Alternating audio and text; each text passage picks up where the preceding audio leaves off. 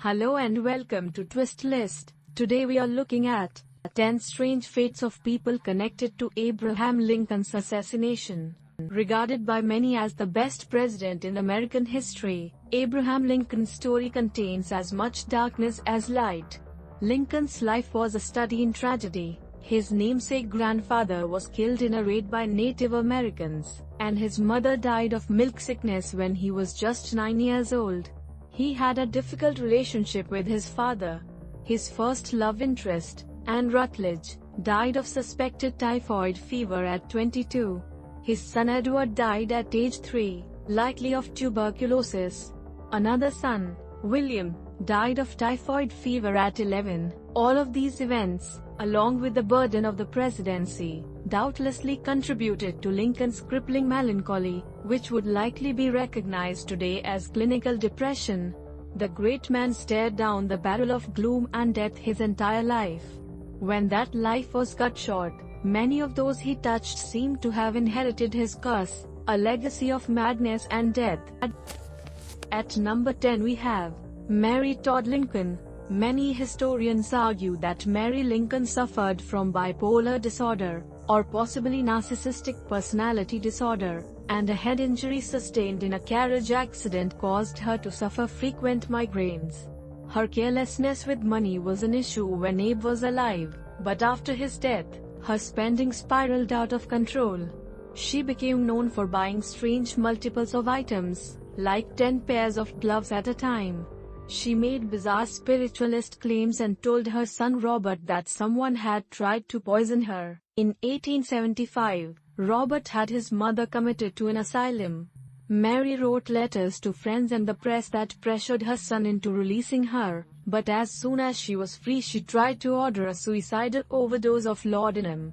The pharmacist, realizing what she was about to do, gave her a placebo.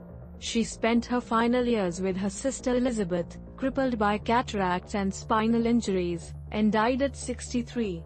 She was buried beside her husband. The 9th spot on the list is occupied by Tad Lincoln. Thomas Tad Lincoln had it tough from the start. He was born with a cleft lip and palate. The result was a terrible speech impediment that only his father and those closest to him were able to understand. Perhaps because of his own rough childhood, Lincoln was very lenient toward his kids, and Tad and his brother Willie were described by insiders as notorious hellions given to rampaging about the White House, interrupting meetings, and turning their father's offices upside down. In February of 1862, Tad and Willie both contracted typhoid fever. Tad survived, but Willie didn't make it. Afterward, his parents tended to let him get away with anything. He was so wild that he didn't attend school, and tutors couldn't handle him. When Lincoln was shot, Tad was attending a play for children at nearby Grover's Theater. The manager made an announcement about the tragedy to the crowd. Tad was traumatized and ran screaming from the room. Later, he spent time in Europe and Chicago with his mother. He died at only 18 years old from a mysterious ailment that has alternately been described as pneumonia, tuberculosis, pleurisy, or a heart attack. Number 8 on our list is Lewis Powell. Lincoln's murder was only a part of Booth's plot. He intended to take out the entire federal leadership. Former Confederate soldier Lewis Powell was designated to assassinate Secretary of State William H. Seward. He would be accompanied by co-conspirator David Herold, who was probably a little simple-minded. Powell was allowed into Seward's house after claiming that he was delivering medicine to the secretary, who had suffered serious injuries in a carriage accident. Powell attacked Seward with a knife, but a splint he was wearing protected him from having his throat slit. Other members of the household joined in the scuffle, and Powell injured several while making his escape. He was captured when he attempted to return to the house of the Surratts, where the conspirators were headquartered. Powell was known for his gentlemanly manner, and when the hangman slid the noose over his head, he told the young man, "I hope you die quick." He didn't. Powell was the last to die, thrashing for more than 5 minutes before finally going limp. His cohort, Herold, was also hanged. At number 7 we have George Atzerodt. Co-conspirator George Atzerodt was charged with assassinating Vice President Andrew Johnson. Atzerodt took a room in the hotel Johnson was staying in, but ended up losing his nerve and just getting trashed at the hotel bar. The next day, the bartender reported Atzerodt's suspicious behavior, which included repeatedly asking about Johnson's whereabouts.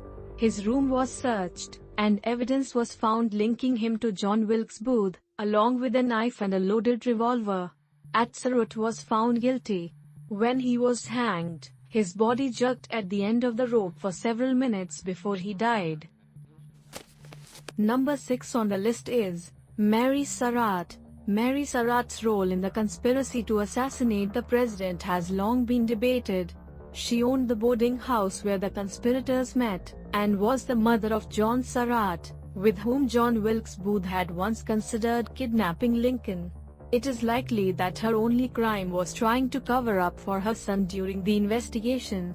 While George Atzerodt condemned her, Lewis Powell maintained that she was innocent. Pleas for Surratt's clemency fell on deaf ears, and she was executed alongside the men. Her death appeared to occur almost instantly. Her last words were, "Please don't let me fall." After she died, people began looting souvenirs from her boarding house until the police forced them to stop. Today, the building houses a restaurant. Mary Surratt was the first woman ever executed by the US federal government. The 5th spot on the list is occupied by John Wilkes Booth. The majority of would-be presidential assassins have tended to be deeply mentally unstable outcasts. John Wilkes Booth was cut from a different cloth. Part of a celebrated acting family, he was a dashing leading man, wealthy, smart, and devastatingly handsome. A strong sympathizer of the Confederacy, Booth had originally planned to kidnap Lincoln and then ransom him for the release of Confederate prisoners. But when he learned that Robert E. Lee had surrendered and all was lost, it became obvious that Lincoln had to die. We all know what happened next. 6 days after Lee surrendered at Appomattox, Lincoln was murdered. After shooting the president, Booth escaped on horseback into the wilds of Virginia. Cornered in a tobacco barn with accomplice David Herold, Booth refused to surrender. Herold turned himself over, and the barn was set ablaze. Union soldier Thomas Boston Corbett shot him as he staggered about in the fire. Wilkes did not die easily. Mortally wounded, he was dragged to the porch of the neighboring farmhouse. The bullet had smashed into his vertebrae and paralyzed him. He languished in agony for some 3 hours. His last words were useless, useless.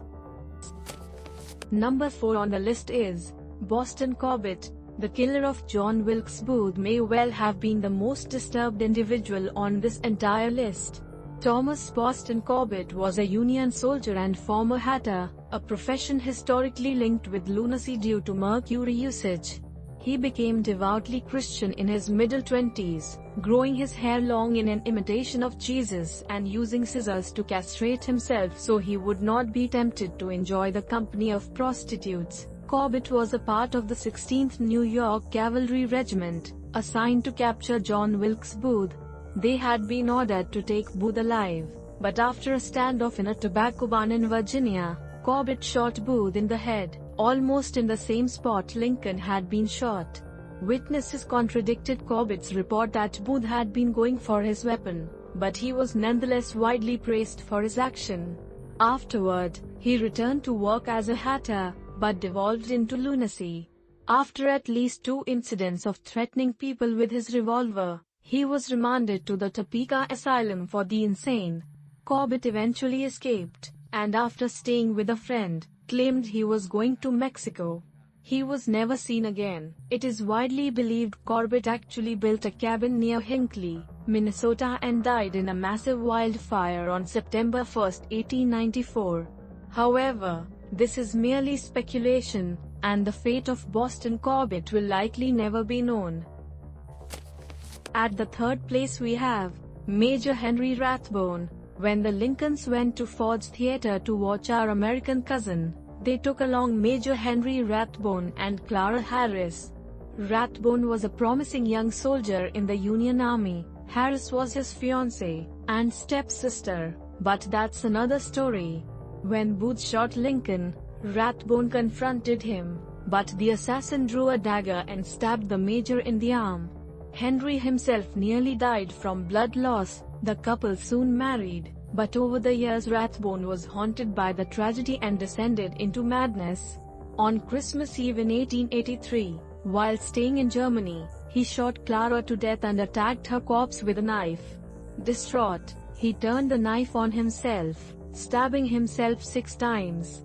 He spent the rest of his life in an asylum for the criminally insane. At the second spot is Clara Harris. We know the terrible fate that awaited Clara Harris that Christmas, but there was more to her story. During the scuffle at Ford's Theater, Clara was covered in Lincoln's blood, which splattered all over her face and dress. She kept vigil with Mary Lincoln for hours afterward and the dress was never cleaned. Clara kept the bloodied garment in a closet in the family's Albany home, claiming that it brought on visions of Lincoln's ghost. The sightings were chalked up to bad dreams until other people began seeing the apparition. Eventually, the Rathbones had the closet bricked up, entombing the dress. In 1910, their son smashed the brick wall and burned the bloody dress, claiming that it had cursed the family. And finally, at number 1, Lincoln's ghost. Some would say that not even death could release Abraham Lincoln from his earthly obligations. His is the spirit most frequently observed in the White House.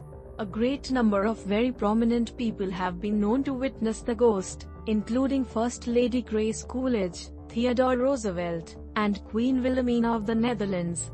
He seems to have been particularly active during Franklin Delano Roosevelt's tense wartime presidency, appearing to multiple staffers. FDR's wife Eleanor said she never saw Lincoln, but felt his presence many times. Doubtlessly the most amusing tale of confronting Lincoln came from Winston Churchill. While staying in the White House, Winston took a hot bath. Upon returning to his room stark naked, he found Abraham leaning on the mantel of the fireplace. They made eye contact, and Churchill claims to have told him, "Good evening, Mr. President. You seem to have me at a disadvantage." Lincoln smiled and vanished. Thanks for watching. If you enjoyed this video and would like to see more, then please hit the subscribe button.